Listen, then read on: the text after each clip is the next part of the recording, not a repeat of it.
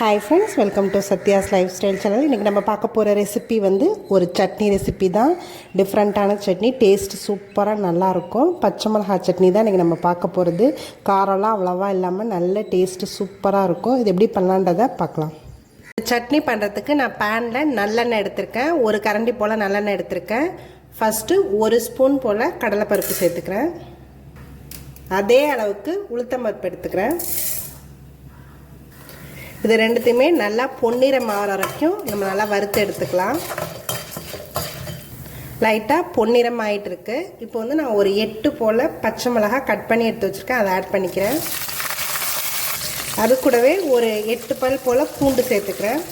இது ரெண்டுத்தையுமே சேர்த்து நல்லா வதக்கிக்கலாம். பச்சை மிளகாய் நல்லா வதங்கணும். அப்போ தான் காரம் இருக்காது. அதனால் இது நல்லாவே நம்ம வதக்கிக்கலாம். இது கூடவே நான் ஒரு 10 போல் சின்ன வெங்காயம் உரித்து வச்சுருக்கேன். அதையும் ஆட் பண்ணிக்கிறேன்.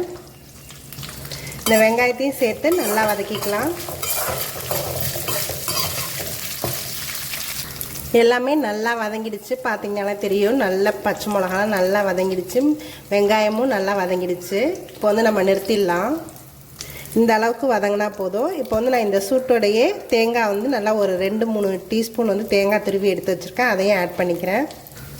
கொத்தமல்லி நல்லாவே ஒரு கட்டு போல் கொத்தமல்லி இதில் நான் சேர்க்குறேன். இது அந்த இருக்கிற சூட்லேயே லைட்டாக வதக்கினா போதும். நான் நிறுத்திட்டு தான் இதெல்லாமே சேர்த்துருக்கேன். இந்த அளவுக்கு புளி சேர்த்துக்கிறேன். இந்த சட்னிக்கு தேவையான அளவுக்கு உப்பு சேர்த்துக்கிறேன். இது எல்லாத்தையுமே லைட்டாக இந்த சூட்டில் லைட்டாக வதக்கினா போதும். ஆன் பண்ணி பண்ண தேவையில்லை. நிறுத்தின பிறகு தான் நான் இது எல்லாமே சேர்த்துருக்கேன்.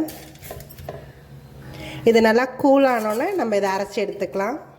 இந்த சட்னி ரெடி ஆகிடுச்சு. இதுக்கு எப்போதும் ஒரு தாளிப்பு கொடுத்துக்கிற மாதிரி கடுகு, உளுத்தம்பருப்பு, கருவேப்பிலை போட்டு ஒரு தாளிப்பு சேர்த்துக்கலாம்.